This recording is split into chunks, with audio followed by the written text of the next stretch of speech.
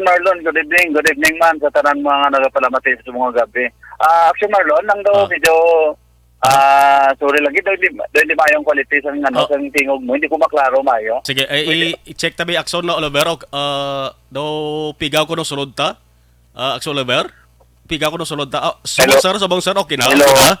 Sabong sir, sabong. Hello. Yes, hello sir. Hello. Batiaw na ko sir. Hello. Sige, tawagan na ka, Sir Liwat, to, kay parang at least ma-plastar sa maayo ang ato sa ding audio communication. Firing line.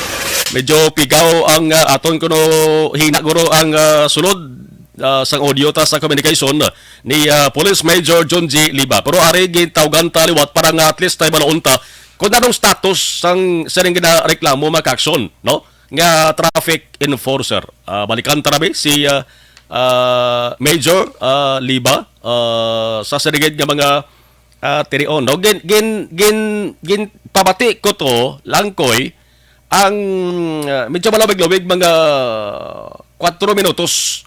No? Nga pagsaysay sang asawa kay kadabo sa communication ko sa ako sa live stream damo sang nagayo nga siling Action Marlon pwede mo mapabati ang Liwat ang interview ninyo sa asawa, no? At naging pabati ko, parang at least mayara ka mo sang hinandigan sa inyo sa ipadala nga komento. Oh. Balikan ta ang signal, abi okay na guro si Police Major John G. Liba. Sir, okay na sir? Ayos, Action Marlon, medyo daw okay na siya. Okay. Yes sir.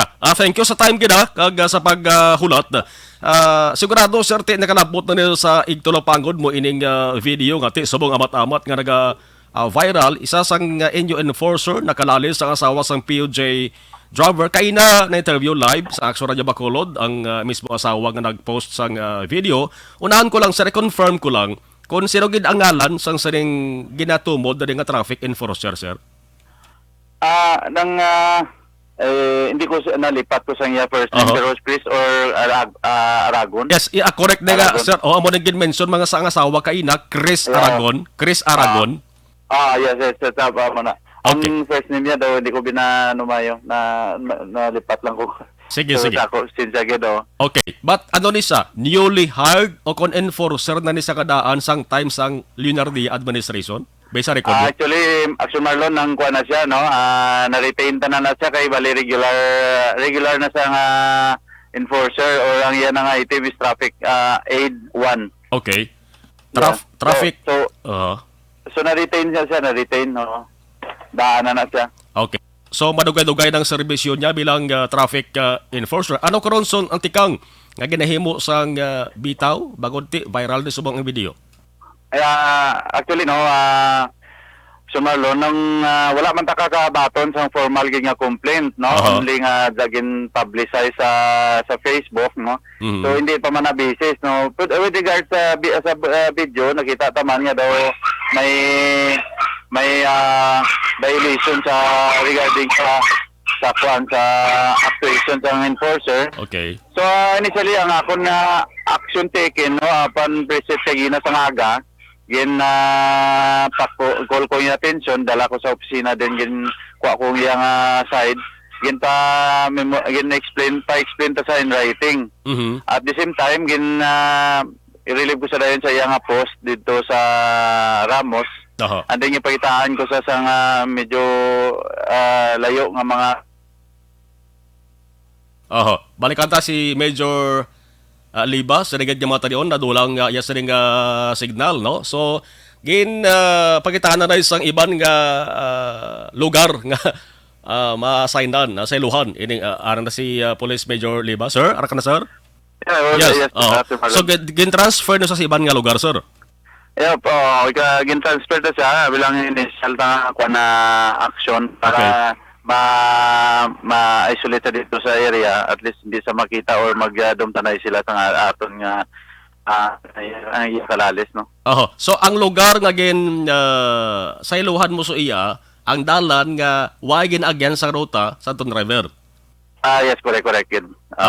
Dugay na nada sa sir ining si Aragon assign sa sinang area na nga Ramos Lacson, dugay na nada sa. Bali, since ang pag-deploy to sila, daw about 1 week pa lang siguro Action Marlon. Oho. Bali, 1 week pa lang ha.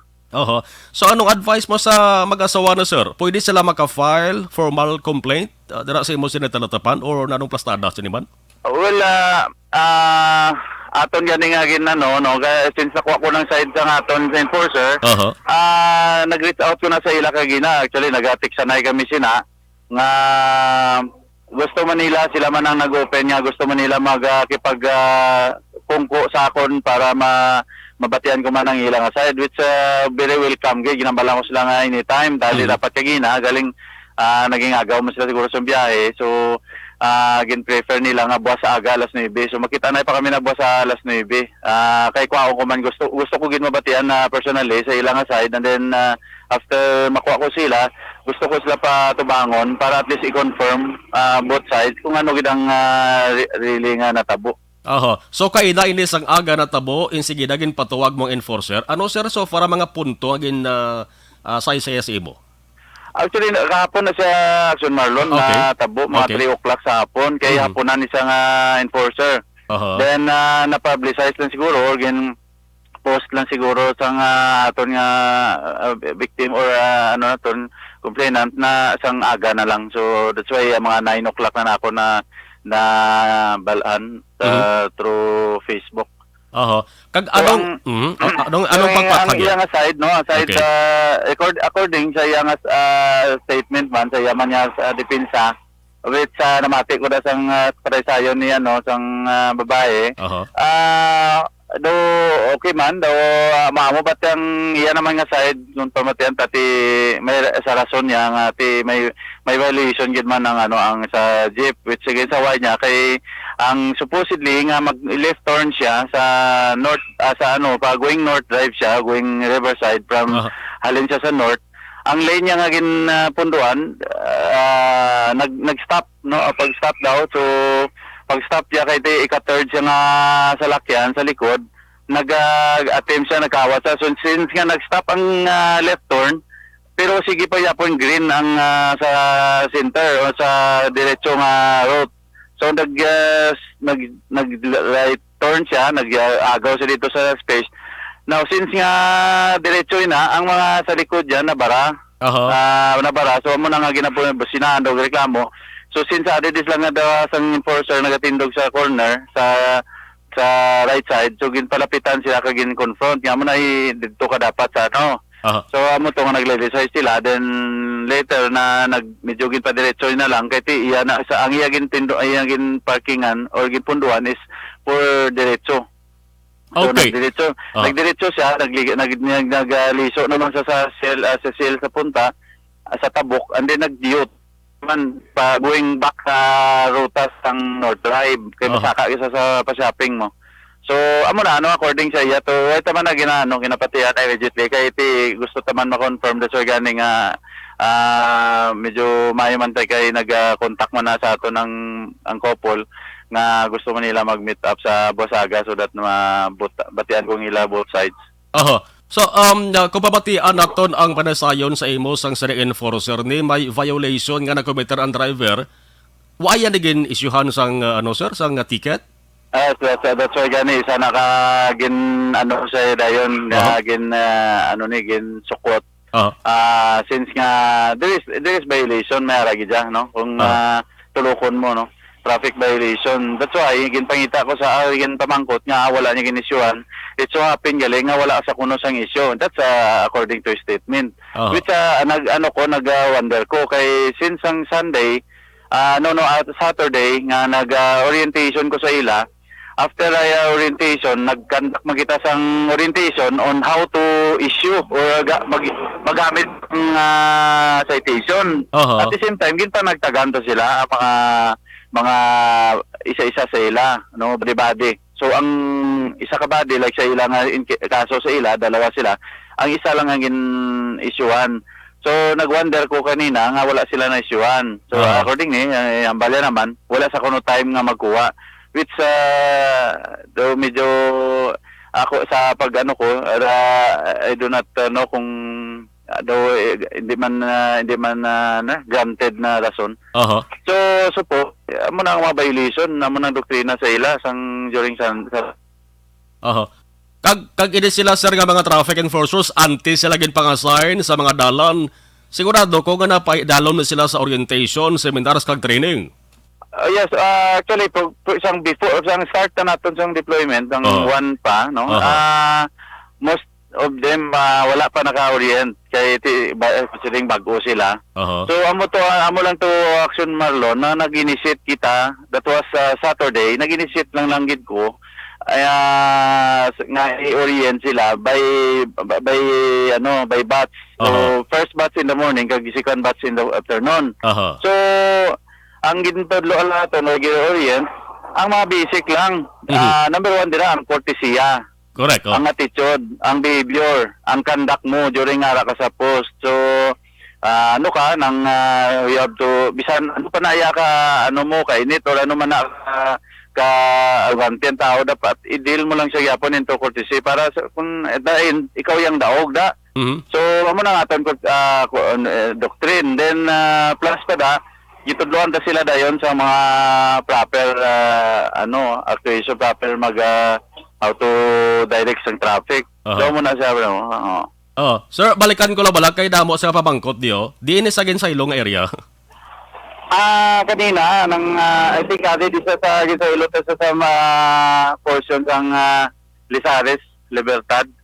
Pero dati sa confirmation kanina Action Marlon, daw medyo naubos ang oras na to sa hapon, which supposedly ma-duty na to sa hapon. Then na siya, binalagay na kami, release ko na sa kanina, I think mga 5 na to sa hapon sa opisina. So parang hindi na siya nakarender siguro sa afternoon niya nga duty. Okay. So probably buwas pa na ma-confirm kung hindi dito na siya namon. Pero ang suggestion kanina kay gintanaw namon ang deployment, I will be deployed siya dito sa Lizares, sa Libertad. Okay. Kin-mention mo bago lamang courtesya, behavior, isa sang ginakomentaran subong sa mga viewers ang saka sang tingog sa enforcer ni.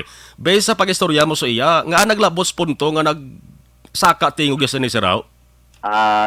Yes, according sa Sir Liba? Hello.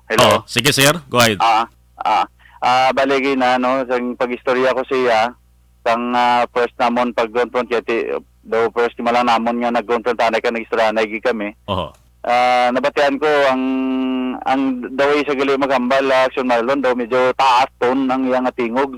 Normal gali na. Normal niya nga hambal sa imo parang gasinggit ba. Daw gasinggit yun sa gali. So amo tong iya nga justification, pero I don't think guessing ko bisan pa ako na mo nang imoton i-make use of nang bisan taas ang tone mo kung medyo melo ang dating, okay lang nagyapon. Bla ko gali kay taas man sa tingog kagina bisan tapos na trigger lang daw nga medyo inainit na gid man siya sang lately sa tong ginatayaan sa ka-cellphone nga naga-explain man siya, tapos ang iya gina-istorya ko daw ang lalaki, whereas ang babae sige intervene tapos sige video. So mo nga daw na siya daw na distract sa. So mo nga daw nagsinggit sa daw na gano'n na siya na psychotic, which supposedly hindi na dapat we are applying maximum tolerance. Sir, subong ka pamati ang mag-asawa labi na ang asawa nga si Joanne. Anong imo sa mensahe nga luyag ipalabot sa ila? Yes, well, hindi man wala ta sa ground, wala ta sa incident nga nabalaan. That's why we welcome sila sa akong opisina para mabatian ko ila side whether still wala man naton sila gina-deprive to file kung gusto nila mag-file formal complaint. It's up to the enforcer kaya na yung subton, but kita lang is to facilitate. That's why initially action taken relieve ta para mapalayo kag hindi ta sila magkinit-anay pa dira sa area. Pero definitely ang barko lang na let's na lang ang part nila guro kalmante lang man tani kay para man lang isa tao man lang man ati daw guro na impito sa initan mo siguro kay base turo naman ang saway niya, pero kita gani nga mga motorist man kisa, hindi man magpasaway kung anong ara sa rule, amo na sundon ta. Okay, sa mga enforcers, kang iban pa nga mga apprehending officers, nanong mo sa mensahe sila? Oh, yes, suliton ko man, ginambal ko sa ila always, sa mga enforcers ta, maximum tolerance ta. Let's apply courtesy sa sino man na nga naga-drive or mga motorist, apply courtesy and ang aton nga tandak sa behavior sa while arata sa ground, ginatanaw kita, speak and span ba lang tindog, kag ilikawan naton ang paghaboy mga istorya sa kwan kasi wala hindi ta nakilala ang mga tao da nga gina-confront naton aron sa oras. Oo. Sa way ta kabalo kun din na sila halin kag ano ang problema nila na nga ginadala, so once mo na nga supukon din magabungwan itada. Yes, gidalaoman ta sir ang kabay pang mangin positive, mangin maayo ning resulta sang pagkatubangay sang enforcer mo kag sa sini mag-asawa. Police Major John J. Liba, sir. Thank you gid kamayong gabi. Ayos may gabi, Marlon. Thank you, good. Thank you. Action firing line. So makita ay sa opisina